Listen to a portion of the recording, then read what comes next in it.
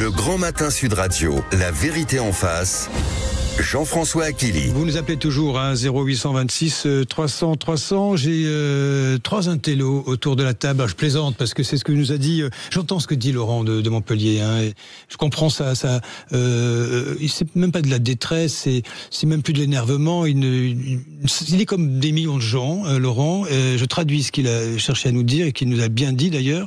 C'est au fond qu'il y a une déconnexion totale du regard du politique. Quand on voit le débat aujourd'hui, regardez le nouveau Premier ministre Sébastien Lecornu qui va prendre 2 semaines pour faire asseoir, et je ne sais même pas s'il va y arriver, des gens autour d'une table pour essayer de boucher les 18 mois qui restent, d'avancer un petit peu sur des mesures qui seraient acceptables par tous. Si ça se trouve, ça va finir une fois de plus en censure. Stanislas Rigaud, qu'est-ce que vous répondez à Laurent ? Écoutez, le cas de Laurent, en tout cas je le salue parce que j'espère qu'il nous écoute encore pour qu'on puisse essayer de lui répondre. Le premier élément, c'est que je comprends son désespoir et son impression qui est malheureusement loin d'être fausse, qu'aujourd'hui rien ne bouge dans ce pays. Ça, c'est le premier élément. Le deuxième élément, en revanche, c'est vrai que l'Assemblée nationale, telle qu'elle est aujourd'hui, elle est bordélisée, il y a un chaos ambiant, mais elle a été élue par les Français. Troisième élément, aujourd'hui la situation est bloquée, c'est-à-dire que M. Lecornu va faire ce qui a été fait depuis maintenant 1 an et demi, des négociations où chacun va essayer de voir son intérêt partisan, son intérêt électoral, en pensant évidemment en arrière-plan à la présidentielle. Et donc, il faut essayer de débloquer cette situation. Et comment on peut essayer de débloquer cette situation, ou en tout cas de redonner la parole aux Français ? Il y a la dissolution qui existe, mais si c'est pour avoir le même résultat qu'aujourd'hui, une assemblée bloquée, quel intérêt ? Il y a l'option de la démission du président de la République, qui permettrait de remettre les cartes à zéro et de relancer une campagne et des débats de fond. Et puis, il y a une troisième option, que j'apprécie pas beaucoup, qui est le référendum. Sur des sujets, on pourrait avoir un référendum sur le budget, sur l'immigration. Ce sont 2 sujets qui sont extrêmement importants pour les Français, dans un sens comme dans l'autre, et je crois que ce serait l'occasion aussi d'avoir une clarification. Les Français veulent moins d'impôts, les Français veulent moins d'immigration, et je crois que ces 2 modes démocratiques permettraient à un grand nombre de Français de parler, et surtout au camp de s'afficher clairement, c'est-à-dire que de Bruno Retailleau, consulter les Français sur des de grands Bruno sujets. Retailleau par exemple sur l'immigration, en passant par Jordan Bardella, Sarah Knafo, Éric Zemmour, Marine Le Pen, il y aura un consensus au moins sur cette question et des clarifications. Ancien porte-parole de Reconquête, je précise, pour ceux qui nous rejoignent. Hassan Lakeoul, vous regardez ce qui s'est passé hier, des gens qui veulent manifester, j'insiste, vraiment de tous aux horizons politiques, et soudain des casseurs qui s'invitent et tout est brouillé. C'est un petit peu comme le débat politique aujourd'hui, et une forme de polarisation à l'extrême, à l'Assemblée nationale on le voit tout le temps.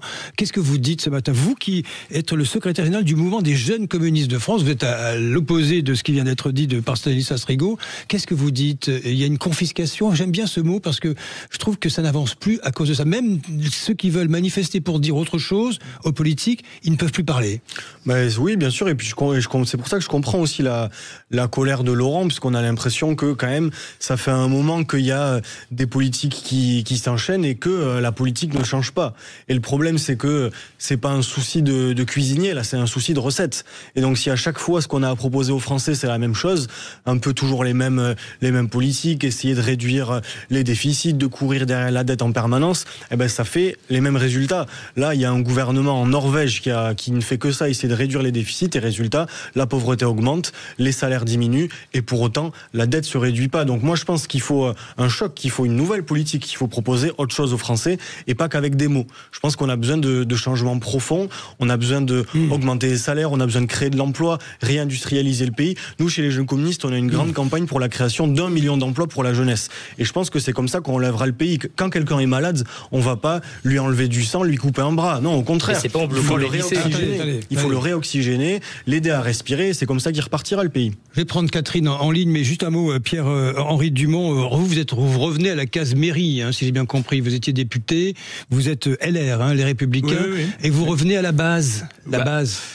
Parce que c'est aussi là, et après avoir fait 2 mandats de députation, c'est quand même à la mairie où on est le plus proche des citoyens, où on voit ce qui peut changer la vie. Ça vous a manqué, ça ? Ça change forcément. Bon, c'est la loi sur le non-cumul des mandats, donc en tant que législateur, forcément, je l'appliquais. Mais c'est vrai que si on veut comprendre, et quand on est en particulier parlementaire, le sens de l'intérêt général, quand on veut essayer de légiférer, réformer au plus juste, il faut avoir les pieds sur le terrain. Et on peut pas, et c'est d'ailleurs en cela que la proposition qui est celle qui avait été faite par François Bayrou de l'élection des députés à la proportionnelle est une erreur absolue, parce que ce seraient les états-majors des partis qui nommeraient les différents candidats. Donc celui qui serait sur la liste ne serait pas celui qui fait du travail de terrain dans les mairies, dans les associations, auprès des habitants, dans les quartiers, mais serait celui qui grenouille au siège parisien le plus proche. C'est la déconnexion dans la déconnexion. C'est la déconnexion dans la déconnexion. Et donc c'est pour ça que nous, les Républicains, on avait toujours été absolument contre cette idée de proportionnelle. Et c'est fait. Et permettez-moi quand même de dire une chose, c'est que ce qui peut aussi se poser, je réfléchissais à ça quand j'écoutais votre auditeur, mais ce qui peut se poser comme question, c'est aussi la déconnexion des leaders politiques par rapport aux attentes de leur propre électorat. On parlait tout à l'heure de la question d'immigration sur le référendum. Nous, on a toujours porté ça chez les Républicains, donc très bien, mais vous l'avez pas fait, mais vous l'avez fait. En fait, parce qu'il n'y a que le président qui peut le décider sur ce thème-là, c'est la Constitution. Non, mais vous avez eu des présidents par le passé. Oui, enfin, pardon, mais le sujet n'était pas du tout le même. Mais les proportions n'étaient pas du tout les mêmes. Et donc, on se retrouve dans cette situation où, par exemple, le Parti socialiste, 75%, dernier sondage qui a été publié, des électeurs socialistes veulent réduire l'immigration.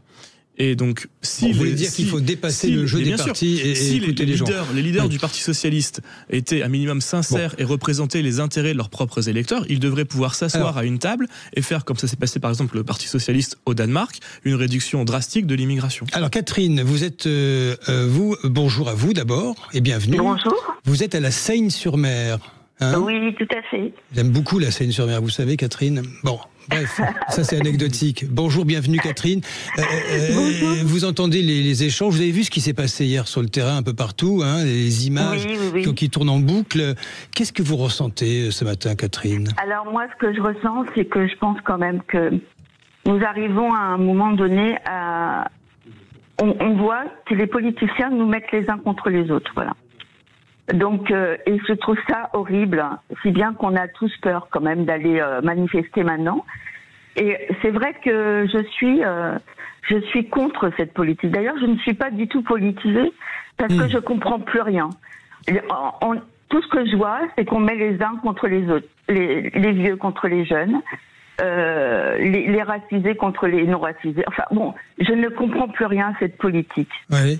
Vous pensez que la politique aujourd'hui produit vous savez, c'est ce mot qui tourne de polarisation, enfin de choc permanent en réalité. Ouais. Je pense que c'est une haine, c'est devenu de la haine. Quand on arrive à ne plus avoir de règles à l'Assemblée, quand tout le monde s'invective, ben voilà ce que ça donne dans la rue. Regardez ce qui s'est passé hier. C'est des invectives, c'est des insultes, on arrive à tourner toujours autour des fachos. C'est quand même assez incroyable. Parce qu'on ne peut plus dire son opinion. Tellement on a peur. On a peur de dire son opinion maintenant. Et je suis assez affectée par ça. Parce que oui, on commence à avoir sérieusement peur. Oui. C'est affolant, cette politique de se mettre les uns contre les autres. Les malades contre les non-malades, les vieux contre les jeunes, les racisés contre les non-racisés. Les villes, les campagnes, tout le reste. C'est fou quand même, c'est fou. Les malades, les personnes qui sont malades, on va leur dire que c'est de leur faute. Ceux qui sont en arrêt maladie, on va dire qu'il y a trop d'arrêt maladie. En fin de compte, c'est une catastrophe. La politique est une catastrophe parce qu'il n'y a personne pour remettre la France en état, de dire stop.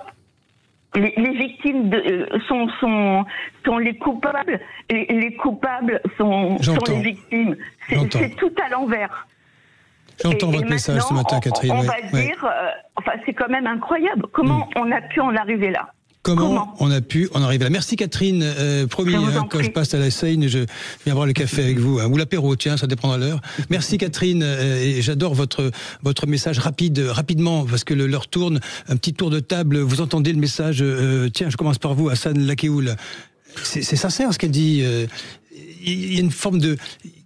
Les politiques énervent tout le monde. Bah oui, c'est sincère, mais c'est ce qu'on constate aussi quand je parle avec des amis, quand je parle avec des collègues de travail, quand je parle avec les gens, c'est ce qui revient aussi, c'est qu'il y a une vraie colère. Moi, je pense que c'est parce que les choses ne changent pas et que les politiques se ressemblent depuis un bon moment.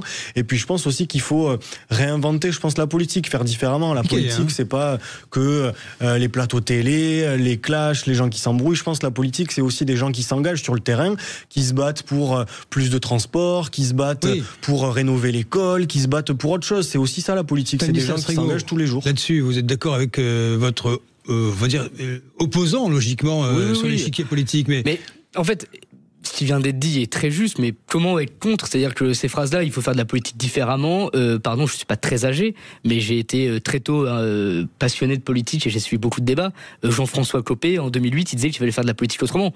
Enfin, pour être caricatural, et de l'autre côté, Julien Drey expliquait sur le plateau de je ne sais quelle télé qu'il fallait faire de la politique différemment et que c'était pas juste depuis longtemps, hein, vous n'étiez pas né. Ça a toujours été dit. Ça a toujours été dit, et ce que je veux dire, c'est justement, en effet, il ne faut plus mentir aux Français. Mais si on veut plus mentir aux Français, il ne faut pas avoir des élus qui pensent simplement à leur réélection. Il ne faut pas avoir des gens qui, comme François Bayrou, Michel Barnier, Gérard Collomb, François Hollande, une fois partis du pouvoir, prennent la parole et disent leur vérité, et disent la vérité. Pierre-Henri Dumont, c'est un sujet. Réaction courte également. Je trouve que ce qui a été dit par votre auditrice est absolument juste, et c'est un sentiment qui est largement partagé à travers la population. Moi, c'est ce que j'ai également chez moi quand je suis à Marc ou à Calais. La réalité, c'est que la politique, on a plutôt l'impression aujourd'hui, ceux qui font de la politique sont plutôt dans l'optique de dire on va diviser. C'est toujours la logique du diviser pour mieux régner. Sauf que la politique, c'est d'abord le sens de l'intérêt général. Parfois, il faut savoir que quand on est élu avec en triangulaire 40%, 50%, 51% au deuxième tour, bon, on est quand même élu à 200, 300, 400, 500 voix d'écart. Donc, on peut pas arriver et imposer sa politique. Il faut discuter, il faut des compromis. Sans prendre le pouls de la population et se rappeler que la politique, je le redis, c'est le sens de l'intérêt général. Maintenant, l'antagonisme qui est celui, et en particulier, aujourd'hui on l'a vu de Jean-Luc Mélenchon, qui est la stratégie du chaos et qui est de se dire il va manquer 600 000 voix, donc je vais communautariser le débat, donc je vais dans des manifestations sur le pouvoir d'achat sortir des drapeaux de la Palestine partout. Bon bah évidemment, ça incite pas à la concorde nationale. On y revient là-dessus dans un instant, et merci à Catherine de la Seine-sur-Mer pour avoir posé le débat ainsi. 9h46 minutes. À tout de suite pour la suite de La Vérité en face. 0826 300 300. Vous nous appelez sur Sud Radio. Le grand matin Sud Radio. La Vérité en face. Jean-François Achilly. Nous évoquons ce tour particulier que prend le débat politique aujourd'hui, avec un Premier ministre qui va mettre 15 jours pour tenter de trouver un compromis. Ça fait des mois que ça dure, et les Français médusés assistent à cette valse qui n'en finit pas. Et quand ils veulent manifester, eh bien, il y a les casseurs qui entrent en piste. Ça a été dit, ça a été vu, ça a été entendu. Des témoignages de personnes qui portaient un drapeau français, priées de quitter les cortèges et remplacer, Pierre-Henri Dumont, vous l'évoquiez à l'instant, par des drapeaux palestiniens. Et ça a pris, c'est devenu n'importe quoi, hein. C'est devenu n'importe quoi, mais c'est malheureusement à l'image aussi du champ politique où, on l'a dit tout à l'heure, mais c'est très compliqué aujourd'hui à l'Assemblée nationale de discuter, ne serait-ce que vouloir s'asseoir autour d'une même table. Auparavant, on avait des discussions qui pouvaient se faire alors à la buvette, dans les tables des ministères ou dans les salles de l'Assemblée nationale, entre les différents partis. Aujourd'hui, quand le Premier ministre, qui a été, c'est un droit constitutionnel, nommé par le président de la République, demande à tous les chefs de parti, les chefs parlementaires de simplement venir le rencontrer, il y a la moitié des représentants des groupes à l'Assemblée nationale qui disent mais ça sert même pas qu'on vous rencontre, on veut pas vous rencontrer. Donc il y a même plus cette discussion de base sur ce que peut être l'intérêt général.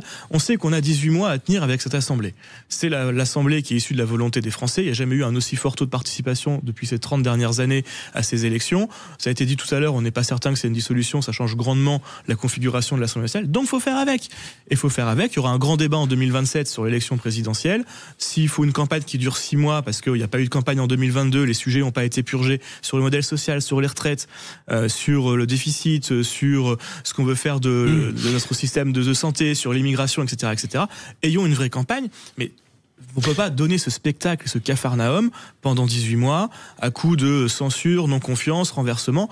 Et quel que soit le Premier ministre qui soit nommé, quel que soit le board d'où il vienne, ce sera toujours le même système. La seule solution, c'est se mettre d'accord sur 3-4 propositions, vogue la galère pendant 18 mois, et puis on se fera une grande explication en 2027. Hassan Lakéoul, vous êtes un jeune communiste, hein, vous êtes le secrétaire général du mouvement. Ces drapeaux palestiniens, qu'est-ce qu'ils viennent faire dans une journée de mobilisation bloquant tout ? Franchement, avec des exactions derrière, des insultes, qu'est-ce que ça vient faire là ? Est-ce que vous validez ça, vous ? Il y a le combat pour la liberté du peuple palestinien, c'est un combat qu'on aime beaucoup chez les jeunes communistes et au Parti communiste. On l'a toujours fait en défendant une solution à 2 États sur les frontières de 67. C'est un sujet avec la journée d'hier. Et après, effectivement, c'était pas le sujet d'hier. Après, je sais pas si ça s'est beaucoup vu. Peut-être vous parlez d'une manifestation à Paris, mais il y a eu quand même plus de 1000 initiatives. Il y a eu 200 000 personnes mobilisées. Je pense qu'on peut pas réduire tout ce qui s'est passé ils étaient partout là, à ces incidents-là. Donc, il y a eu aussi beaucoup de jeunes mobilisés partout en France. Et on n'a pas vu que ça. Je pense que là, dans la situation, la mobilisation sociale, c'est important. Il y avait le 10 hier, il y aura le 18 septembre aussi, à l'appel des syndicats. Et nous verrons si les SO des syndicats arrivent à contenir peut-être la présence de nouveau de Black Blocs ou de casseurs ultra-gauche. C'est vrai que c'est un problème, y compris dans les manifestations. C'est un défi, y compris dans les manifestations syndicales. On essaye, mais c'est vrai qu'il y a ce phénomène-là. Donc il y a le 18 septembre, il y a ce week-end aussi la fête de l'humanité, qui a le Principaté dans l'Essonne avec des débats, des concerts. C'est une grande fête. Voilà, c'est une grande fête populaire organisée qui s'ouvre à pas mal de personnalités de l'extérieur aussi. Oui, souvent on est toujours ouvert au débat. Il y aura un grand débat entre Fabien Roussel et Michel-Édouard Leclerc, notamment des concerts, Gims, Théodora, tout ça. Ça y est. Venez à la fête de l'humanité. J'en profite. La promotion est faite. Vous avez raison, c'est assez habile. Profitez de l'antenne de Sud Radio. Stanislas Rigaud, plus sérieusement, cette affaire de présence de drapeaux palestiniens systématiquement maintenant partout. Écoutez, c'est pire que ça. C'est que non seulement il y a des drapeaux palestiniens, et c'est une cause que je respecte, les gens peuvent vouloir défendre ce sujet-là, mais déjà ils le desservent profondément, puis si on se retrouve avec des gens caricaturaux pour défendre une cause qui est complexe et compliquée, je vous invite à lire un très beau livre qui s'appelle Le défi de Jérusalem d'Eric Emmanuel Schmitt, qui est un livre qui en parle très bien, mais qu'importe. Le sujet de fond, c'est que les drapeaux palestiniens ont remplacé les drapeaux français pour la gauche française. À Angers, hier, un lycéen, pour avoir brandi un drapeau tricolore, s'est fait lyncher par des manifestants. C'est-à-dire qu'aujourd'hui, le drapeau qui est porté par l'extrême gauche, par la France Insoumise et ses alliés, et c'est là où moi je vous en veux. Vous êtes très sympathique ce matin sur ce plateau, et je pense qu'on peut se parler de façon extrêmement respectueuse. Vous adressez à Sandra Lacoul, qui est du Parti communiste français. Tout à fait, mais moi c'est ce que je disais, j'ai aucun souci, les communistes avec qui j'ai débattu, ça s'est toujours plutôt bien passé. Mais à la fin des fins, et on parlait de vérité pour les Français, vous êtes alliés avec la France Insoumise, avec des gens qui veulent le chaos, avec des gens comme Marine Tondelier, comme Mathilde Panot, comme Dufour, comme Raphaël Arnaud, etc. Alors si vous voulez dire la vérité aux Français et que vous êtes sincère sur ce plateau ce matin, il faut qu'aux prochaines élections, le Parti communiste ne soit pas avec la France Insoumise, que le Parti socialiste ne soit pas avec la France Insoumise, et qu'il y ait une clarification. Aujourd'hui, le vrai danger, et tout le monde le sait, ce n'est pas le Rassemblement National, Reconquête ou Bruno Retailleau. Le problème aujourd'hui dans ce pays, c'est la France Insoumise qui instrumentalise des causes dont il se fiche éperdument pour des raisons électorales et pour mettre le chaos dans ce pays. Pierre-Henri Dumont, l'heure a tourné. Chaque fois je dis ça, mais ça va trop vite. Ça va trop vite. Il nous faudrait presque 2 heures d'émission. Il faut que j'en parle avec Patrick Roger. Je plaisante. Pierre-Henri Dumont, votre regard sur, au fond, ce débat qui n'en finit pas, de ne pas aboutir. On n'en sort pas dans ce pays. On n'en sort pas parce que la France est profondément divisée. Et LR est dedans aussi. Oui, tout le monde est dedans. Mais parce que le pays est profondément divisé. L'Assemblée est divisée en 3 blocs. Il y a toute une France, on l'a entendu avec vos 2 auditeurs, qui ne croient plus en rien et qui est profondément déçu de tous ceux qui avaient promis du changement et qui n'ont rien vu à la fin, que ce soit sur leur fiche de paie, que ce soit sur l'accès aux services publics. Et donc, c'est aussi à nous, on est tout partie de la nouvelle génération ici, à essayer de réenchanter un peu tout ça et faire en sorte de proposer des solutions nouvelles. Mais je vous dis, rien ne pourra se passer avant 2027, donc il faut bien tenir jusque-là. Merci à tous les 3, Stanislas Rigaud, Pierre-Henri Dumont et Hassan Lakéoul. Je sais ce que vous allez faire ce week-end, c'est marrant. Hein. Merci à tous les 3 d'avoir participé à ce débat. 14 en plus. Allez. Bonjour et bienvenue à vous, Valérie Bonjour Jean-François. De quoi débattons-nous dans Mettez-vous d'accord ? Eh bien, écoutez, on va évidemment revenir sur cette journée de manifestation. On va être dans la continuité de vos débats, mais également cette enquête sur TikTok, ce rapport la commission parlementaire. Faut-il interdire les réseaux sociaux aux moins de 15 ans ? Dites-nous ce que vous en pensez. Et puis, malade pendant vos vacances, pas de problème, vous pouvez récupérer ces jours de vacances. Qu'en pensez-vous ? 0826 300 300. À tout de suite.